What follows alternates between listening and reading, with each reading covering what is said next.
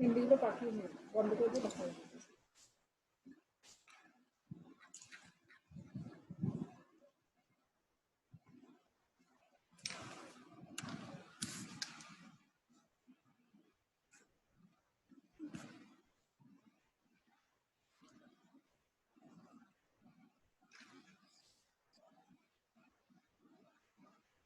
नहीं नहीं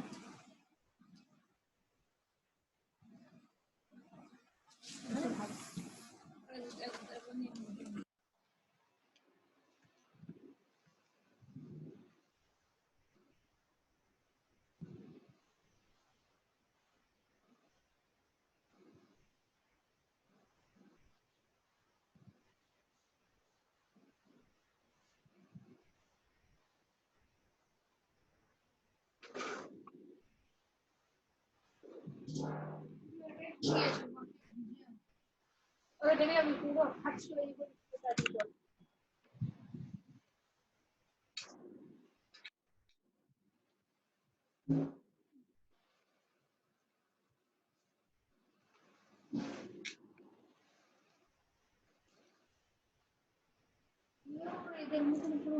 will take more 2 minutes so that all can come. Okay, for 2 minutes, after 2 minutes, I'll start. Okay, today we will see what is normalization and types of 5 types of normal forms.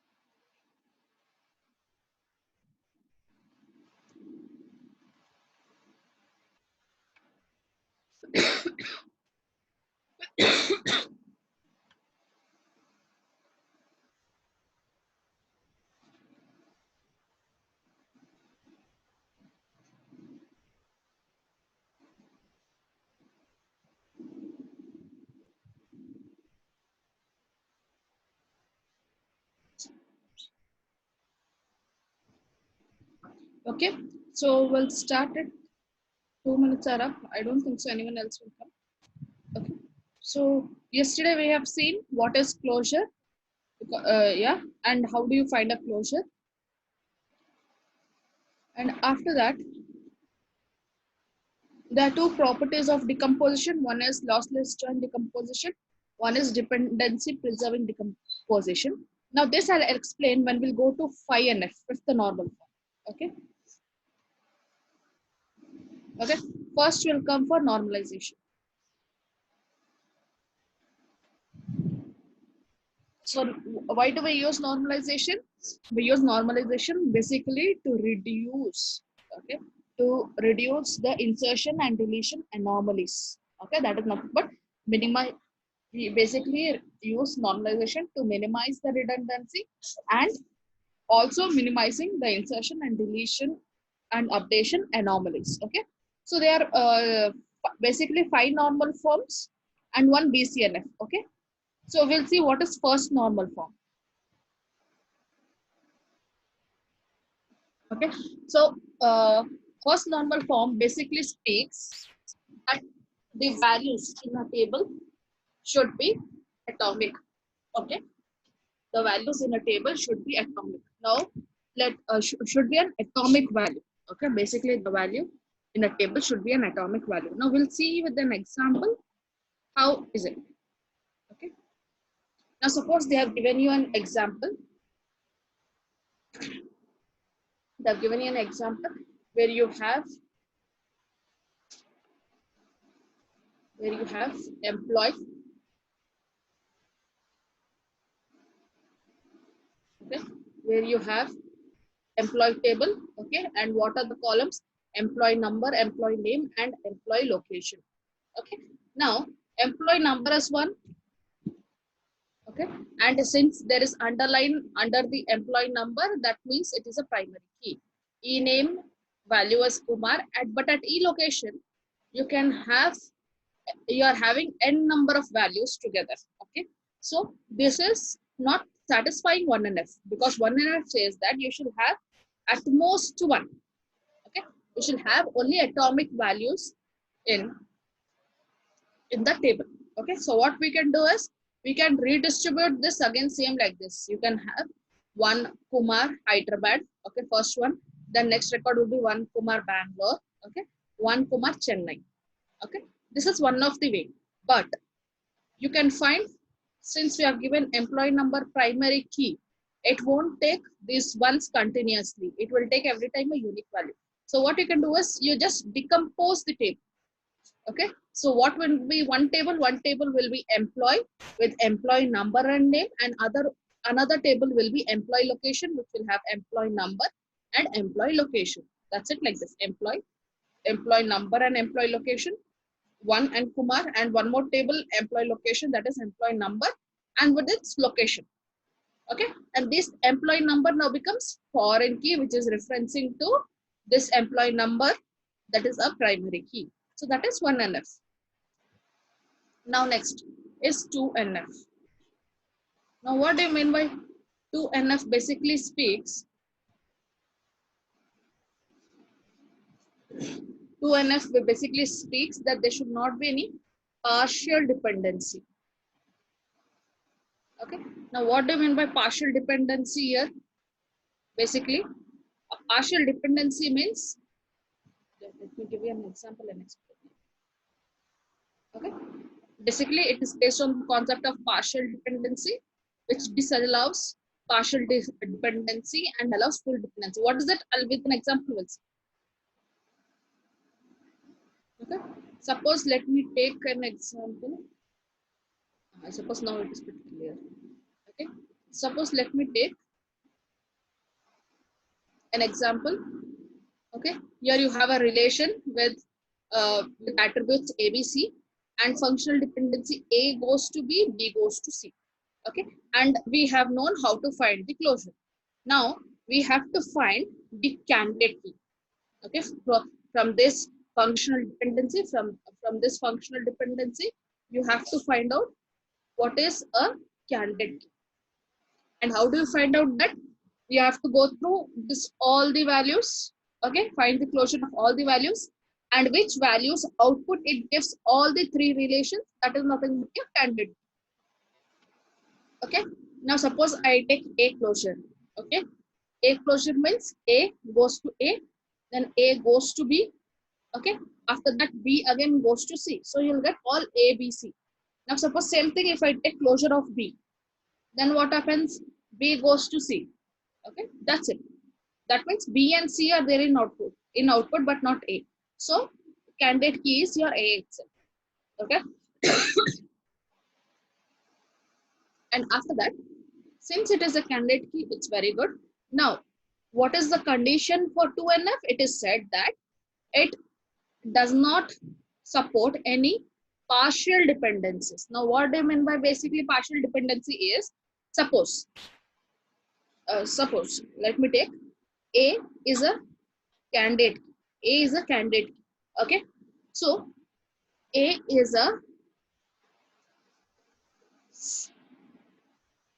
subset of itself.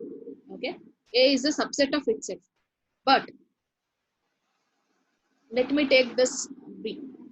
Okay, A is a subset of itself. And what are the closure properties of A? I mean, through A, and why do we sorry? Why do we call A as a candidate key? Because through A, you can go to A. You have got the output A, B, and C. Okay, A closure is nothing but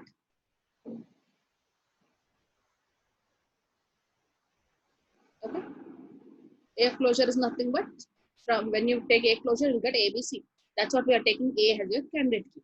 A is a subset of itself. Okay, and after this, since it is only single value here, okay, only single value, so there is no partial dependency. Okay, we'll find one more where you'll have partial.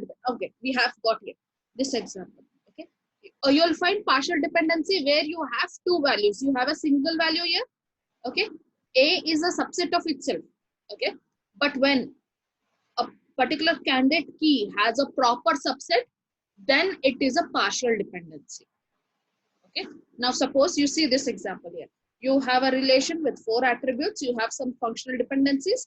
From this, you have taken the closure of everything and found out candidate key, that is AC. Okay, you have found out candidate key, that is AC. Now, AC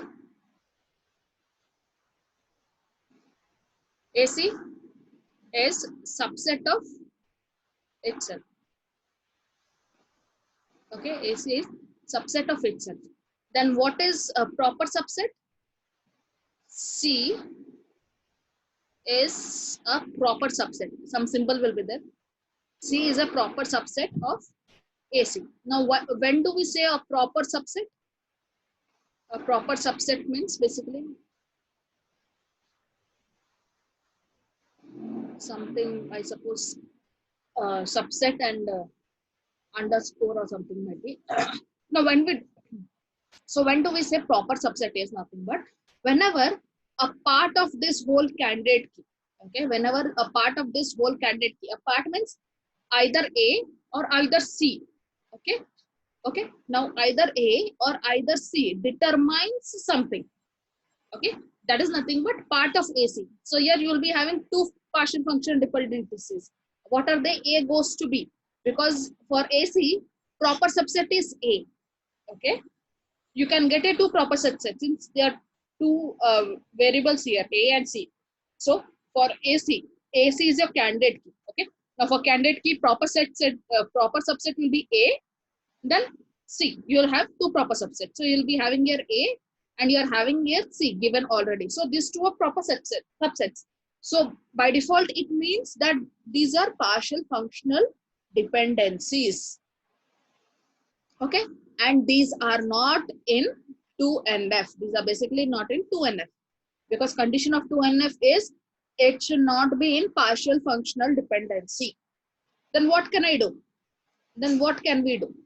The next thing what we can do is basically divide the table. Okay, since it is not in 2NF, we can divide the table. That is nothing but decomposition of table. So next one table, in one table you will be having functional dependency. A goes to B.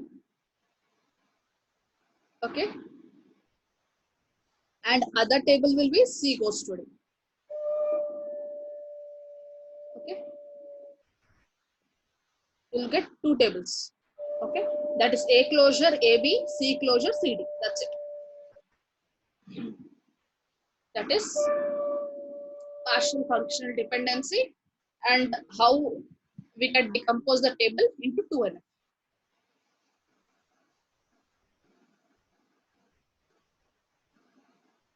Next, we'll see 3NF. Just a minute. I'll erase.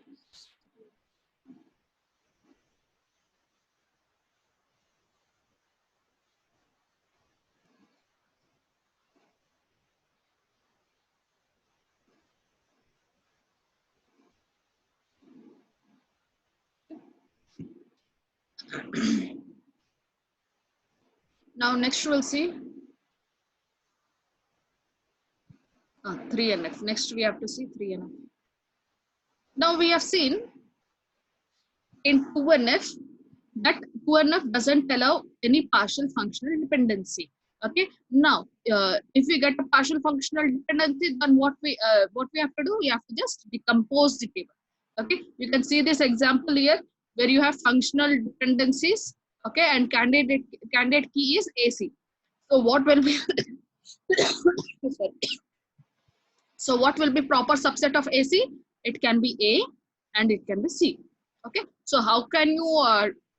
So this is basically not in 2NF.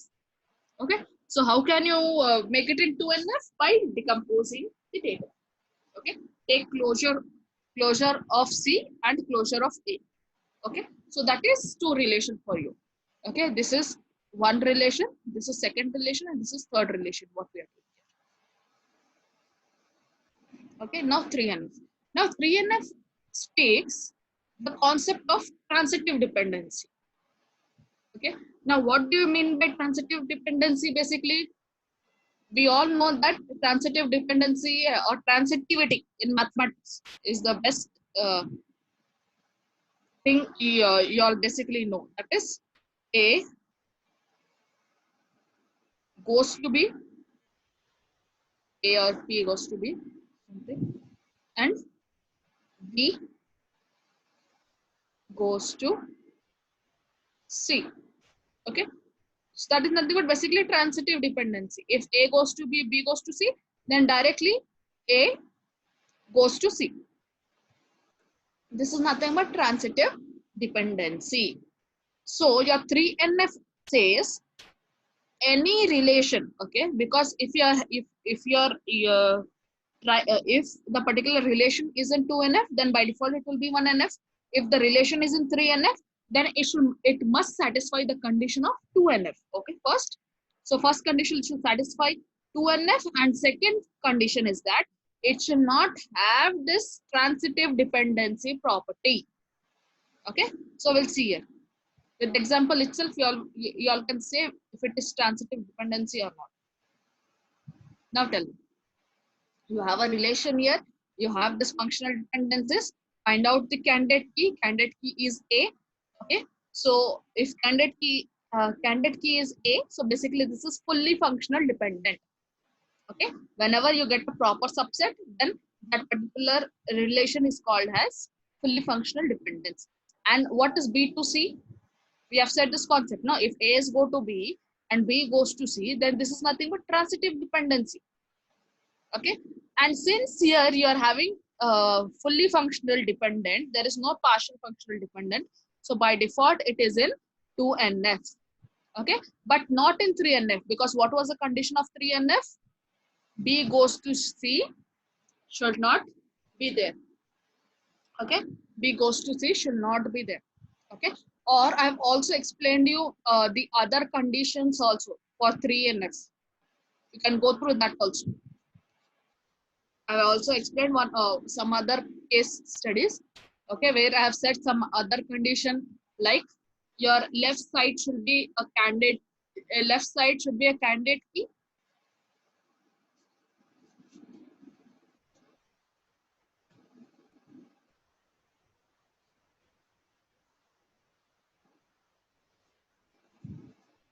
Some condition I have said, I don't remember it. Okay, so you can follow this simple. If A goes to B and B is going to C, that means it is nothing but transitive dependency. And since it is transitive dependency, that means it is not in 3NF. So to get in 3NF, what shall I do? I should decompose the table. So now take B closure, which is equal to B goes to B first, and from B it goes to C. So this is one more relation, and other relation is AB. Okay, so you have decomposed into two tables. One is relation 1 and the one is relation 2. That is 3N. And one more, we have seen, we are checking the transitive dependency. Okay. Now BCNF, whenever we say BCNF, it is basically a constraint It is basically a constraint on pre-NF. Okay. Now we'll just go to the a simple definition of particular 3NF. If we'll go to simple definition of 3NF and how BCNF is giving that constraint on it. Okay. So now suppose see here, this 3NF is nothing but a relation R is in 3NF if whenever a non-trivial dependency, that is X goes to A, holds in R, then either X is a super key of R or A is a prime attribute. Okay, so basically what it means to say is, if you have an X going to A, then the left hand side should be a candidate key or super key, or right hand side should be a prime attribute. Then only it satisfies 3NF. Now, when we are going to BCNF, what it says is, your left hand side should be compulsory be a candidate key or super key. Okay, whenever we are going to BCNF, it speaks. It tells us that because it's basically a constraint on on 3NF. So 3NF condition is the left hand side should be either candidate key or super key, or right hand side should be a prime attribute. Okay, then only it satisfies 3NF. Whereas BCNF, what it says is, it is a constraint of 3NF. Now what it says is, it says that, hey, listen here, I'm not satisfied with this. I want the left hand side should be either candidate key or super key. I want that constraint. Okay, I don't want this right hand side as prime attribute, but my compulsory, because there for 3NF there is a or, left hand side can be candidate key or super key, or right hand side can be a prime attribute. But for BCNF, it is left hand side should be either candidate key or super key, then only it satisfies. So that's what the condition here. A relation schema R is in BCNF if whenever a non-trivial functional dependencies X goes to A holds in R, then X is a super key of R. Okay, so basically it's speaking that left hand side should be either a candidate key or super key. Okay, so now we'll take a relation, okay, and we'll try to find candidate keys. That is nothing but A, B, C. Okay, and you can find that these all three are candidate key itself. Okay, these all three are candidate key. Left hand side is a candidate key or super key. Okay, so it is a candidate key here. A, B, C. So basically it's in BCNF. Now suppose let us take one more example.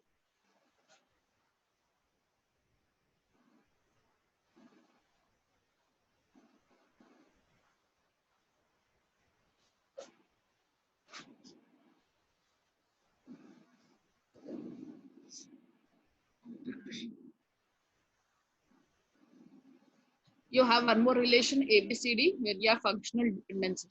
And if you find the candidate key, candidate key is A. If you take A closure, then you'll find through A, you can get A, B, C, D. Okay, so it is a candidate. Okay, and then if you check this is a super key, and what is the condition for BCNF? It says that the left hand should be either candidate key or super key. So AB is a super key because any attribute added to the candidate key is nothing but called as super key, right? Because A is a candidate key. With that, any other attribute you add, it becomes super key. Okay, so this is also in BCNF. And BCNF is stronger than your 3NF. Okay, then after this, we'll go to what is called as 4NF. Now, 4NF basically speaks about multi-value dependency. Now, what do you mean by multi-value dependency? Just a minute, give me a minute. Let me erase them.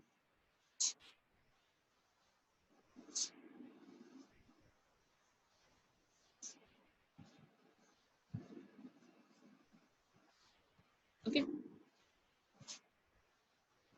Okay. Now 4NF speaks about multi-value dependency. Okay. suppose let us take an example. First, we'll go through the example, then I'll explain you what is 4NF. Okay. Now, suppose uh, basically multi-valued dependency with this example. Suppose you have some student ID, subject, and activity. Okay. You have a student whose ID is 100. He has enrolled in subject, music, and he does activity swimming. Again, there is the same student who was enrolled in accounting and does swimming. Again, there is the same student who has enrolled in music only, but he also does tennis. Other than music swimming, he does tennis. Okay, and the same students who is in accounting, because 100 is same student. That is nothing but you can check here that he has enrolled in 2 subjects and he does 2 activities. That's what you are getting 4 records. Okay, because student ID 100, music, swimming. Okay, and same line you can write again 100, music, tennis. Then second one is he has enrolled in subject accounting with swimming activity, accounting with tennis activity. So here basically he has enrolled in 2 subjects but is having 2 different activities. That's what you are getting. That's what you are getting 4 records. Okay, and at last you have one more student who has enrolled in subject maths and he does jogging. Okay, so what happens here that you have many SIDs that have same subjects. You can have a single SID with many subjects and many activities. Okay, many SIDs which have same subject. Okay, and SIDs which have same activity. That means for the same SID you are having more than one subject, and for same SID you have more than one activity. So what 4NF basically says is, if you have, okay, if a given relation contains more than one multi-valued attribute. So basically multi-valued attribute is nothing but more than one value attribute. Okay. So now these, since swimming is there with music, again tennis is there with music. Okay. Again swimming is there with accounting, again tennis is there with accounting. Okay. So you have multi-value dependency. Okay. Activity. Okay. Swimming is depending upon music, again swimming is depending upon accounting. Tennis is depending upon music, again tennis is depending upon accounting. So like this. So now what happens here, it violates basically 4NF. And if it violates the 4NF, how to decompose it into 4NF is basically divide this table, divide the student ID with subject and then student ID with activity. Okay, like this. So you have 100 music, a student ID 100 with music and accounting, then 150 music, and this 100 swimming, 100 tennis, 150 job. Now this is in 4NF. Now next is 5NF. Now what do you mean by 5NF is, 5NF basically speaks about joint dependency. Okay, you all know already joining. If we do and we have already done with joining, left join, right join, okay, outer join, those all in labs also. So here you know basically joining is what. Okay, so here we'll see, suppose you have a table A. Now once we have break down the table into B and C, okay, we are breaking down the table in B and C. Okay, after breaking down again, if we join this B and C, you should get back A only. Okay, so what is the condition here? Once you break down A into B and C table, again if I join this B and C table, it should give me A only, A table back, not any other attributes back. Okay, and one more condition is that it should be in 4NF also. Okay, now we'll see one more condition. And when we say that once we join again, it should be A back, that is nothing but we are saying about lossless join. Okay, now what do we mean by lossless join? That is not one of the property of decomposition. We'll see it. Okay, now suppose we have a table ABC, 1 to 1, some attributes are there. Okay, now suppose I want 2 tables to decompose this table, right? Suppose I'm taking first relation as AB, second relation as BC. General. First table as AB, second table as BC. Okay. Now I've break down into two tables. Now once I again join this table, I join this table. That is nothing but 1 2 2 1, 1 2 2 2, 1 2 3 2. That's what we are writing. 1 2 2 1, 1 2 2 2, 1 2 3 2. Like this, we keep on writing. Okay. Now once we have written that, how to remove unwanted entries? Okay, since we are taking B and V, okay, in this which are same, only those we keep in these B's, in this two B's, others we remove them. Okay, so this 2 and 3 are not matching, we remove them, they are not same. This 2 and 3 are not same, we remove them. 3 2 also we remove, 3 2 also we are removing. So left back is the what? 1 1 2 1, 1 2 2, okay, 2 2 1, 2 2 2, that's it, and 3 3 2. Okay, now this is our final table after joining. Okay, now you can check this table and this table, are they same? Are they same?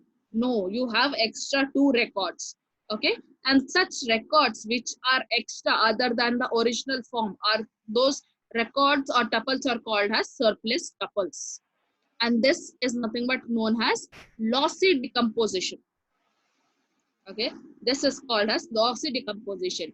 So we should make sure that we should take a common attribute. We have taken a common attribute B, but we should take the common attribute which is either candidate key or super key. Okay, which is candidate key or super key either in R1 or R2 or in both. Okay, so what which one is candidate key here? Which one you can find have unique values? Candidate key means A.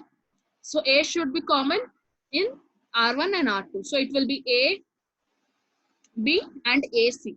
Okay, it will be AB and AC. Okay, then you won't get any surplus tuples whenever you perform it. Okay, so with this, we have done all the 5 normal forms. Okay, all the 5 normal forms with BCNF. We have done with properties of decomposition. We have done with schema refinement. Okay, and also we have done with functional dependencies and closure. With this, I have completed your 3rd unit revision. Okay, and whatever question paper you go, whatever you go through, maximum of the questions will come from this part itself. Okay, so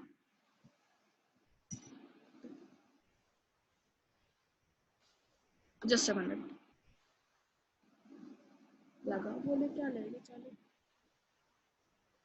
So kindly go through these topics.